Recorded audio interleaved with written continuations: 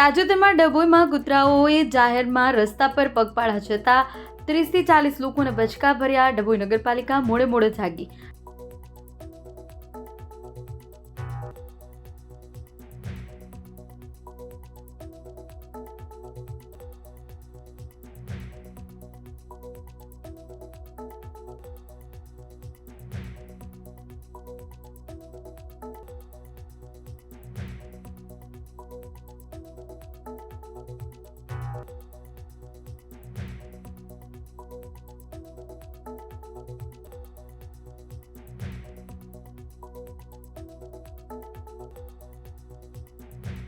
ડભોઈમાં રખડતા કૂતરાઓએ આતંક મચાવ્યો છે, જે આજરોજ કૂતરા પકડનાર ટીમો દ્વારા 18 જેટલા કૂતરાઓને પકડી લઈ જવામાં આવ્યા.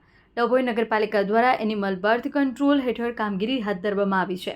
ડભોઈ નગરમાં રખડતા શેરી કૂતરાઓનો આતંક વધવા પામ્યો છે, જેની ફરિયાદો નગરપાલિકાને મળતા ગત તારીખ 9/8/2025 શનિવારના રોજ સાંજના સમયે ડભોઈ નગરમાં નાદોદી ભાગોળ નજીકના વિસ્તારમાં એક કૂતરા દ્વારા 30 થી 40 ઉપરાંત લોકોને બચકા ભર્યાના સમાચાર પ્રાપ્ત થયેલ.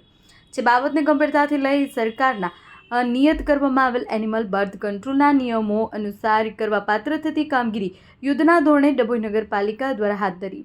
સદર કામ કરતી સંસ્થાઓનો સંપર્ક કરી તેમજ અન્ય આજુબાજુની નગરપાલિકા દ્વારા પણ આવું કામ કરેલ હોય તે કરવામાં આવતું હોય તો તેની માહિતી મેળવી ડભોઈ નગરના નગરજનોને રખડતા કૂતરાના આતંકથી મુક્ત કરવા માટે ડભોઈ નગરપાલિકાના પ્રમુખ તથા ચીફ ઓફિસર જયકિશન તડવી દ્વારા કવાયત હાથ ધરવામાં આવી છે.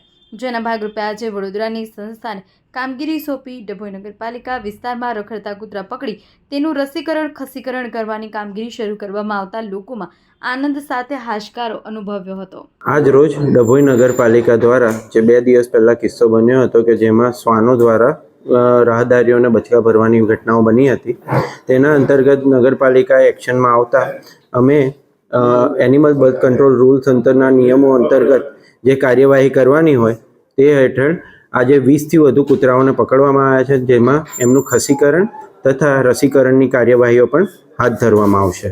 કેટલા કૂતરા પકડવામાં આવે છે? 20થી વધારે. અને સાહેબ, ગાયોનું શું કરવાનું?